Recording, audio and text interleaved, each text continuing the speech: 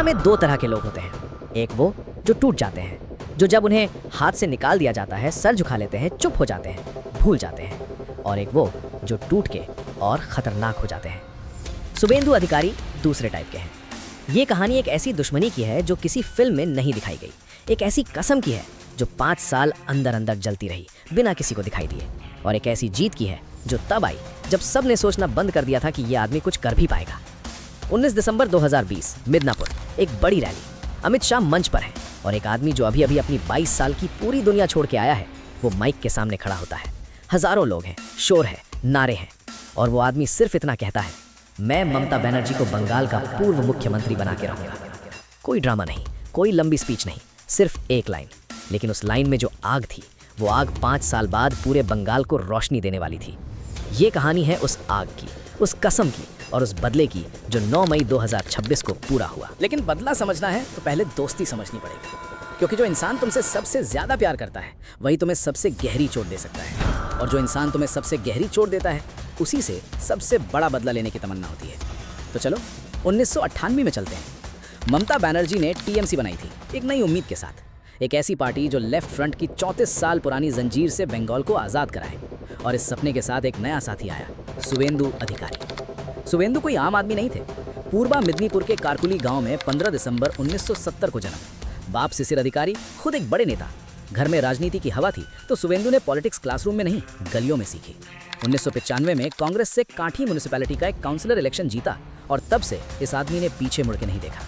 लेकिन असली शुभेंदु वो 2007 में दुनिया के सामने आया, नंदीग्राम। लेफ्ट फ्रंट गवर्नमेंट जमीन छीननी चाहती थी किसानों से, उनके खेतों से, उनके घर से।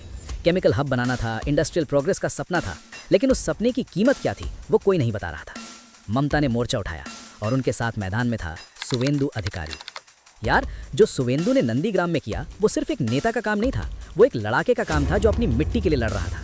दूर दूर से लोगों को इकट्ठा करना, गांव गांव में जाना, टीएमसी वर्कर्स को ऑर्गेनाइज करना, लेफ्ट फ्रंट के गुंडों के सामने डरने से मना करना, एक एक किसान को ये भरोसा दिलाना कि हम हैं, तुम अकेले नहीं हो।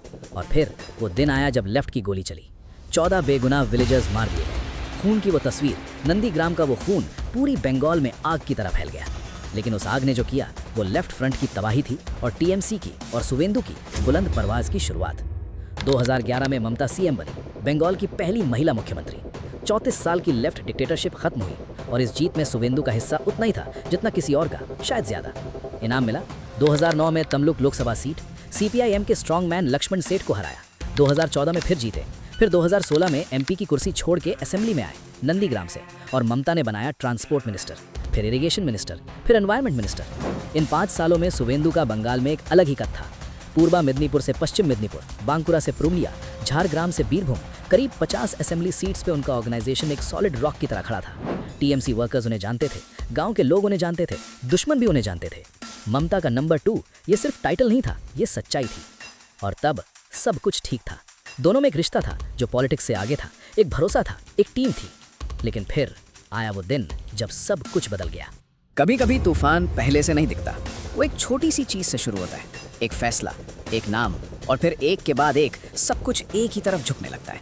वो नाम था अभिषेक बैनर्जी, ममता का भांजा, यंग, एम्बिशियस, और ममता की आंखों में फ्यूचर। पहले तो ये नॉर्मल लगा, पार्टी में नई जनरेशन आती है, नए लोग आते हैं, कोई प्रॉब्लम नहीं। लेकिन फिर वो हुआ जिसने शुभेंदु के अंदर कुछ हमेशा के लिए तोड़ दिया। ममता ने अभिषेक को पार्टी का डी फैक्टो नंबर 2 बनाना शुरू किया। वो जगह जो शुभेंदु की थी, वो इज्जत जो शुभेंदु ने खुद अर्न की थी सालों की मेहनत से, नंदीग्राम से, 50 सीट के ग्राउंड वर्क से, वो बिना किसी बात के, बिना किसी रीजन के किसी और को दे दी गई। और सिर्फ यही नहीं, मालदा, मुर्शिदाबाद, दिनाजपुर, वो 3 डिस्ट्रिक्ट्स जहां शुभेंदु की ऑर्गेनाइजेशन थी, जहां उनके लोगों का नेता पर भरोसा था, वो 3 डिस्ट्रिक्ट्स अभिषेक के अंडर आने लगे।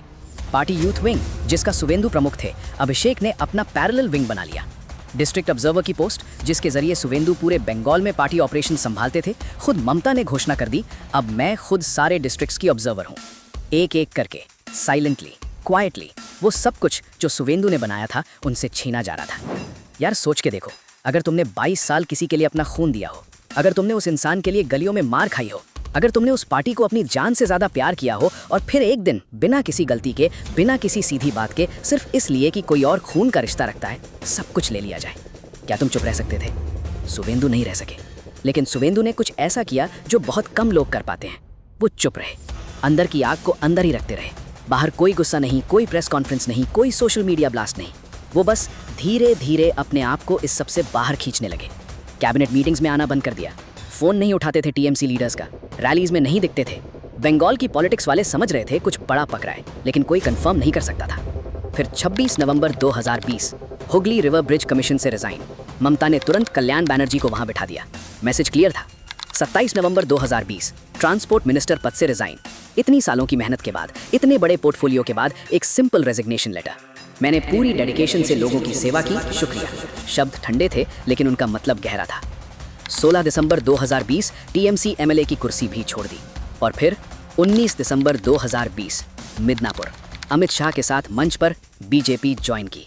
और वो एक लाइन जो अब इतिहास बन चुकी है, मैं ममता बनर्जी को बंगाल का पूर्व मुख्यमंत्री बना के रहूंगा। ममता ने सुना, टीएमसी ने सुना, पूरे बंगाल ने सुना।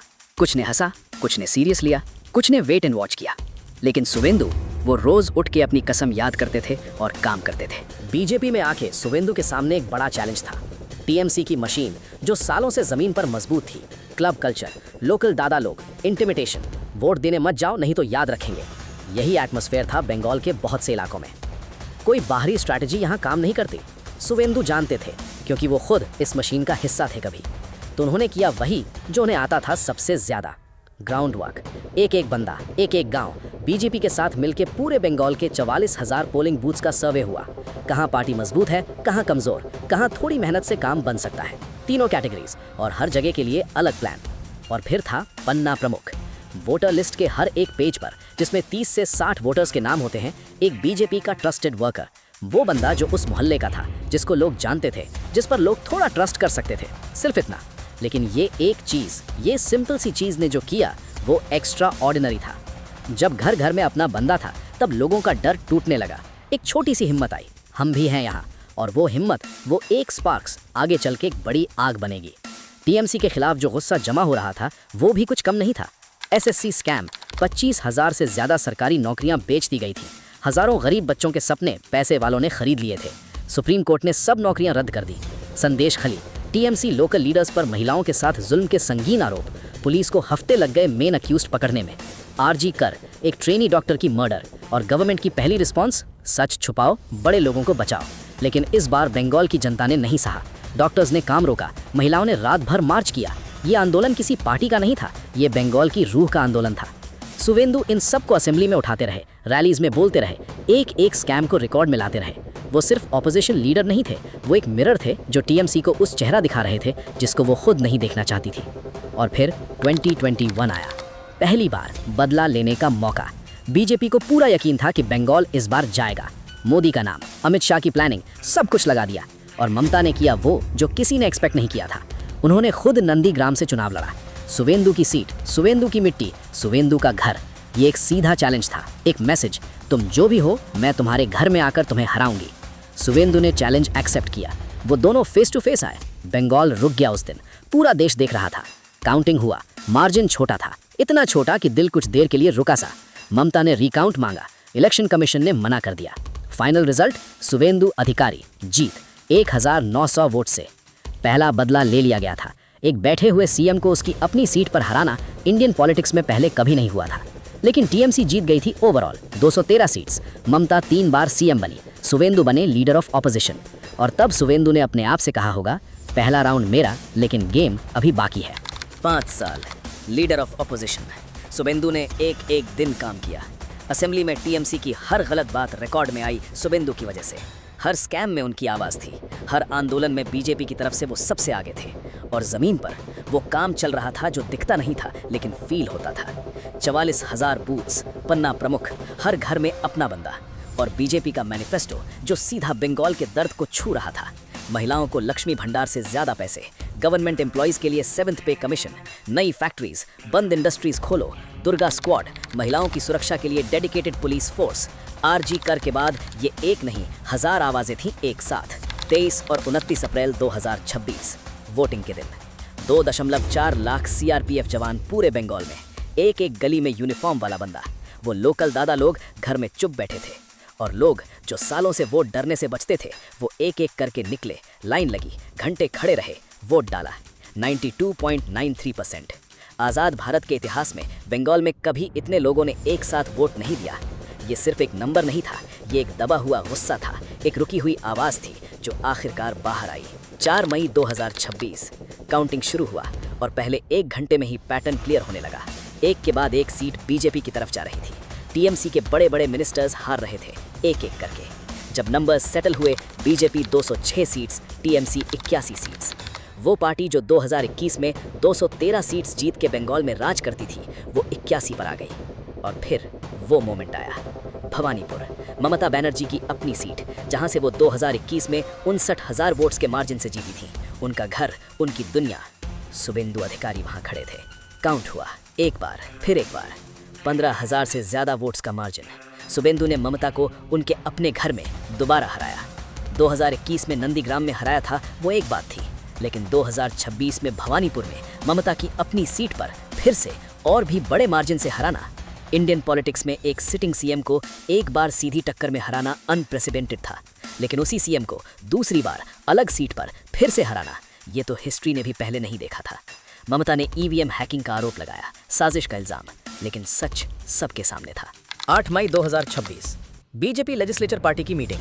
एक नाम, सबका कंसेंसस, शुभेंदु अधिकारी।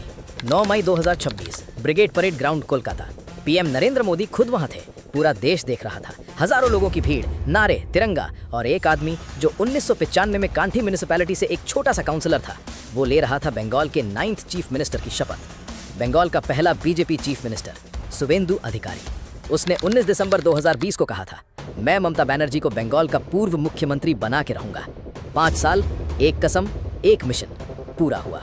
दोस्तों, ये सिर्फ एक नेता की जीत की कहानी नहीं है, ये एक ऐसी सीख है जो कि आज के टाइम में बहुत जरूरी है समझना, कि जब कोई तुम्हें तोड़ दे तो टूट जाना एक ऑप्शन है, अंदर अंदर घुटना एक ऑप्शन है, भूल जाना एक ऑप्शन है। लेकिन जो लोग अपनी कसम को अपना फ्यूल बना लेते हैं, जो अपने दर्द को अपनी ताकत में कन्वर्ट कर लेते हैं, वो लोग एक दिन वो करते हैं जो सब इम्पॉसिबल कहते हैं। शुभेंदु को निकाला गया था एक इंसान की वजह से जो उनसे खून का रिश्ता रखता था किसी से। उन्हें रिप्लेस किया गया था, उनकी पावर छीनी गई थी, उनके लोगों से उन्हें दूर किया गया था। लेकिन शुभेंदु ने जो ठाना वो ठान के दिखाया। और बंगाल की वो जनता जो सालों से डरा हुआ था, जो चुप था, जिसका बेटा टीचर बनने का सपना देख रहा था और स्कैम में वो सपना बिक गया था, जिसकी बेटी आरजी कर जैसी जगहों में सुरक्षित नहीं थी, वो जनता भी चुप नहीं रही। 92.93% टर्नआउट वो जनता की आवाज़ थी। किसी भी सत्ता को कितनी भी पुरानी हो, ये याद रखना चाहिए, जनता एक दिन फैसले करना छोड़ देती है और फिर एक दिन सब कुछ एक ही बार में डिसाइड कर देती है। बंगाल ने डिसाइड किया। दोस्तों, अगर ये वीडियो आपको इन्फॉर्मेटिव लगी तो कमेंट में सिर्फ एक वर्ड लिखो, बदला। बस इतना। देखना चाहता हूँ कि ये कहानी कितने लोगों तक पहुंची। और सब्सक्राइब करो अभी, क्योंकि ऐसी स्टोरीज जो मीडिया नहीं बताता, पॉलिटिक्स की, इतिहास की, उन लोगों की जो पूरी दुनिया बदल देते हैं, वो यहाँ आती रहेंगी। बेल आइकन भी ऑन करो, नेक्स्ट वीडियो आने पे सीधा नोटिफिकेशन आए तुम्हारे फोन पे। वो एक दोस्त जिसे लगता है कि पॉलिटिक्स बोरिंग है, उसे ये वीडियो भेजो आज ही, देखो क्या कहता है फिर। लाइक करो, शेयर करो, सब्सक्राइब करो। मिलते हैं अगले एपिसोड में। जय हिंद।